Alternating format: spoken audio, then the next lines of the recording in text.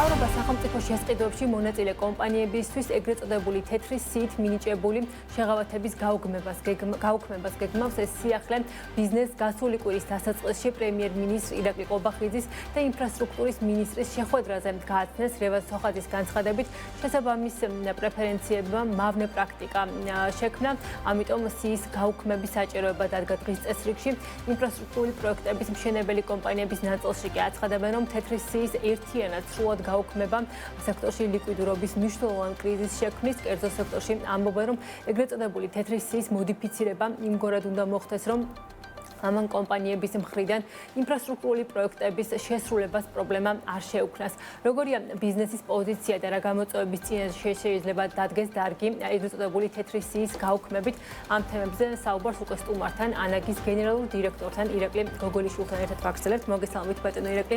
მადლობთ თქვენი დროისთვის და სტუდიაში მობრძანებისთვის. როგორც აღინიშნა, სულ რამდენიმე დღის წინ, 2 კვირის წინ ცნობილი გახდა მთავრობის წარმომადგენლებთან შეხვედრაზე, რომ იგეგმება ეგრეთ წოდებული თეთრი სიის გათვალისწინებული პრეფერენციების შეღავათების გაუქმება.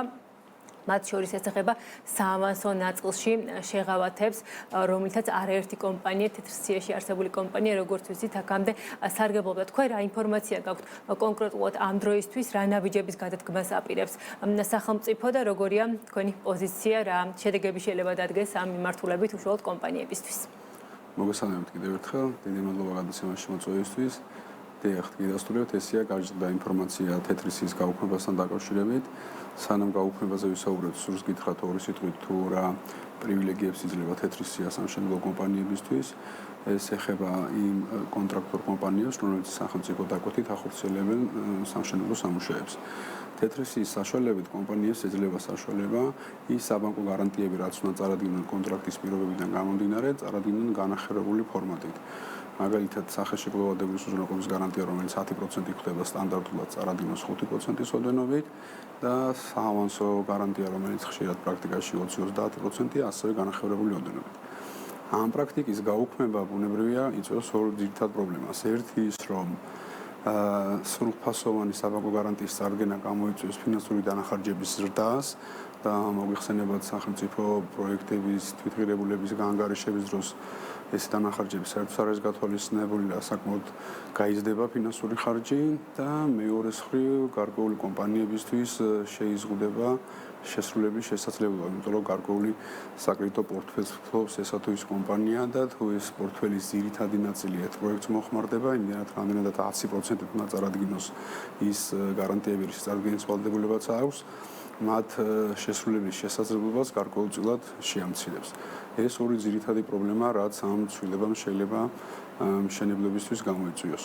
აი რა იქნება შეთავაზება სექტორის მხრიდან, ჩვენ როგორც ვიცით, ინფრასტრუქტურის მშენებელთა ასოციაციის მოსაზრებით, გარკვეულწილად შეიძლება ეტაპობრივად განხორციელდეს ეს ან მოდიფიცირება იყოს. აი თქვენი ანაგის პოზიცია რა არის ამ შემთხვევაში? თქო, ერთი მხრივ შეიძლება თუ არა დავეთანხმოთ იმ მოსაზრებას, რომ რეალურად კომპანიების ნაწილი ამას არც უკეთილსინდისიერად იყენებდა, მაგრამ მეორე მხრივ არიან კეთილსინდისიერი კომპანიები. ხო, გამოსავალი რა შეიძლება იყოს, რომ გარკვეული არგუმენტები გაითვალისწინოს სახელმწიფომ, თუმცა არ გაუქმდეს ეს სრულად. ვიცით რა, პირველ რიგში უნდა აღინიშნოს ალბათ ის ფაქტი, რომ რამოდენიმე შეხვედრა აღნიშნულ საკითხთან დაკავშირებით შედგა ღია დისკუსიის სახით. ეს ალბათ ნიშნავს იმას, რომ გარკვეული ცვლილება მოსალოდნელი იქნება ამ გადაწყვეტილებაში.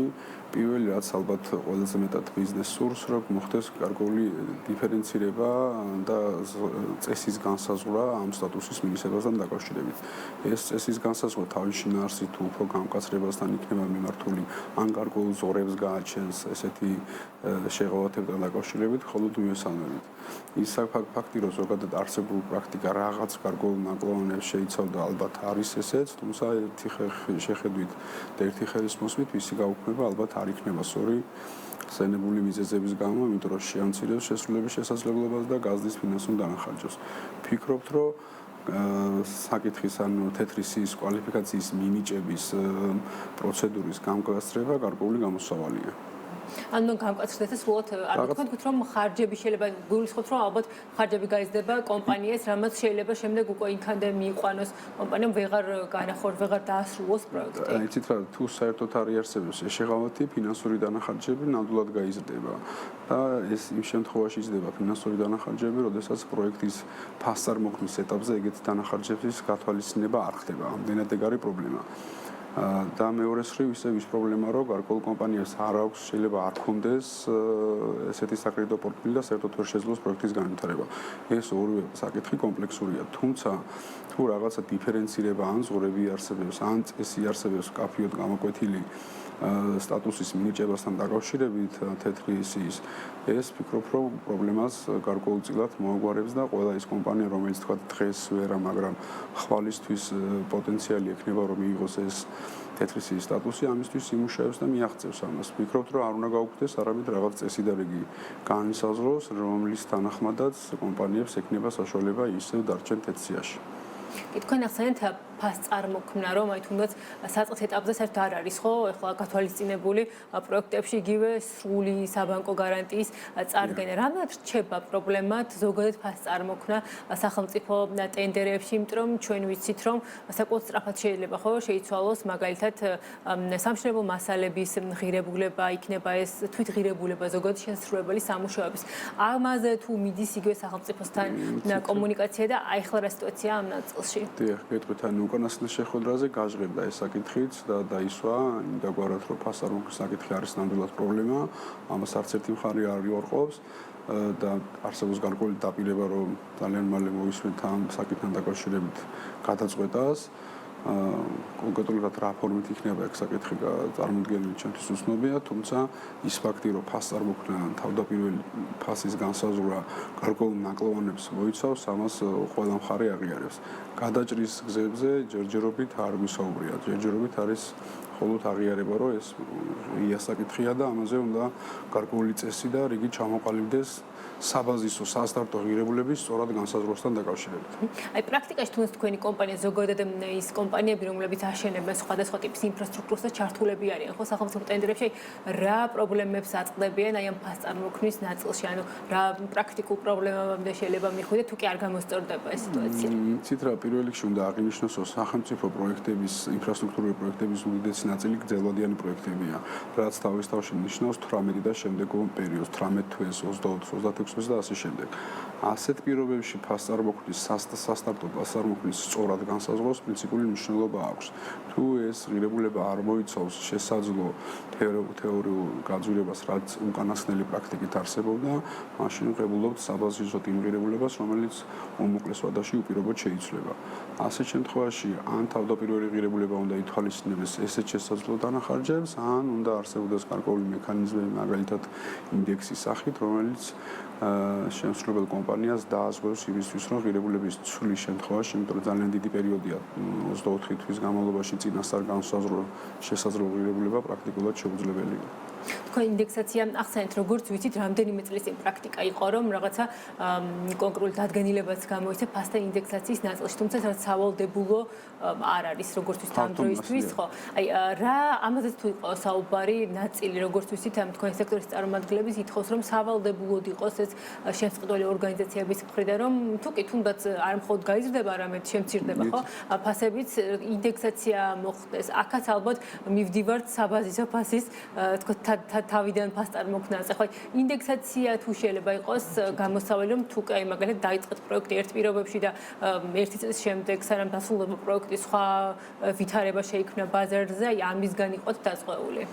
დიახ, იდით ალბათ მანდაც გარკვეული კლასიფიცირება უნდა მოხდეს პროექტების მიხედვით, იმიტომ რომ გარკვეული პროექტი აშკარად არ იმსახურებს, ესე ვთქვათ, ინდექსაციას, თუ ის პირობითად 6-დან 8 თვეში უნდა განსაზღვროს, ეს ის პერიოდია, როდესაც შემსრულებელმა უნდა განსაზღვროს საორიენტაციო ღირებულება, თუმცა როგორც მოგახსენეთ, პროექტები, რომელიც 16, 18 და 20 თვეს ზემოთ არის, იქ პრაქტიკულად ფიზიკურად შეუძლებელია.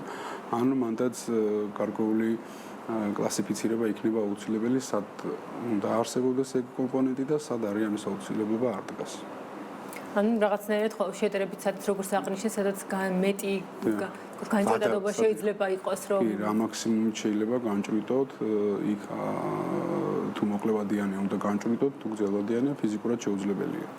ჩვენი საუბრის ბოლოს ბატონო ირაკლი, მინდა უშუალოდ თქვენს პროექტებზეც კითხოთ, როგორც ვიცით, ანაგი საკმაოდ ბევრ მსხვილ ინფრასტრუქტურულ პროექტში არის ჩართული, როგორც სახელმწიფო შეკვეთების მიმართულებით, ასევე კერძო დეველოპერულ ნაწილში. ახლა საინტერესო არის, თქო, აი წელს როგორი არის თქვენი პორტფელი, მომავალი წლის გეგმები, რამდენად მასშტაბური შეიძლება იყოს, როგორც კერძო, ასევე საჯარო მშენებლობების მიმართულება.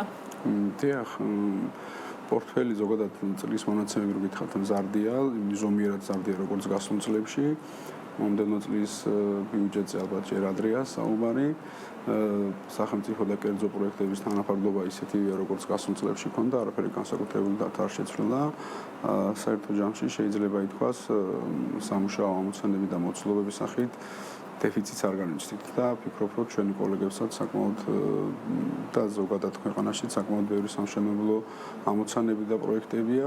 უბრალოდ ამ პროექტების განვითარება და სახელშეკრულებულ ურთიერთობები კიდევ უფრო და უფრო დაახვეწას და სრულყოფილებას ითხოვს. თუ გაქვთ თქვათ აი რაიმე რაზეც შეიძლება კიდევ რამეზე იყოს საუბარი, როგორც აღნიშნეთ, აი რაღაც ურთიერთობები ორ მხარეს შორის იქნება სახელმწიფო თუ არის ესეთი რაღაცა, რაშიც თქოს მეტი მხარდაჭერა ან დახმარება გჭირდებათ სამის. ეს თქვენს ვერხსენებული ბოლო თეთრისის საკითხი ყველაზე აქტუალურია დღეს, უკანასკნელ პერიოდში, რაც ჩვენს დარგშია და რაღაც ორი შეხვედრა უკვე საჯარო გაიმართა საკმაოდ მასშტაბური, რაც გვაძლევს იმის იმედს, რომ იქნება შემდეგი შეხვედრებიც და რაღაც კონკრეტული გადაწყვეტილებები იქნება, რომელიც საშუალებას მიცემს ყველა ჩვენს კოლეგას განახორციელოს ის პროექტები, რომელსაც დღემდე ახორციელებდა.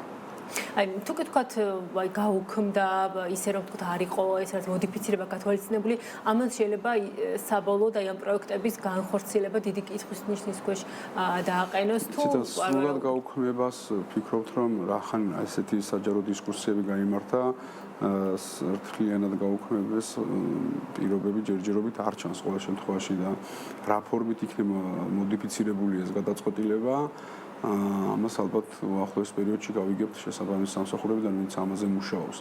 ერთადერთი რაც დანამდვილებით შემიძლია გითხრათ, რომ ნამდვილად იყო ამაზე საჯარო დისკუსიები. ჯერჯერობით არაფერი კონკრეტული შედეგს ვერ ხედავთ, მაგრამ ის რამდენიმე შეხვედრა ალბათ მეტყველებს იმისკენ, რომ გარკვეული გადაწყვეტილება საბოლოო ვერსიით ან რაღაც წინა ვერსიით სახით ცნობილი გახდება ჩვენთვის და შემდგომ იმაზეც ვიმიჯერებთ.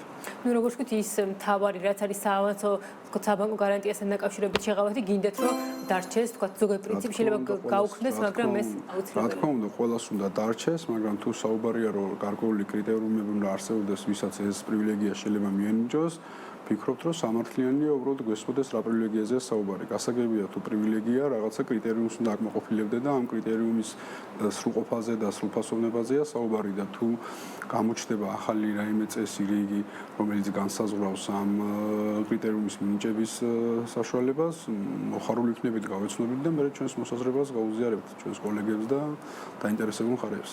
კი ბატონო, ძალიან დიდი მადლობა საინტერესო საუბრისთვის. ჩვენს მივადევნებთ თვალყურს როგორ განვითარდება მოვლენები. ირაკლი გოგოლიშვილი, ანაგის გენერალური დირექტორი იყო ჩვენი სტუმარი, როგორც მოისმინეთ, საუბრობდით ეგრეთ წოდებული თეთრი სიის გაუქმების გეგმებზე და მის შესაძლო გავლენაზე სექტორზე.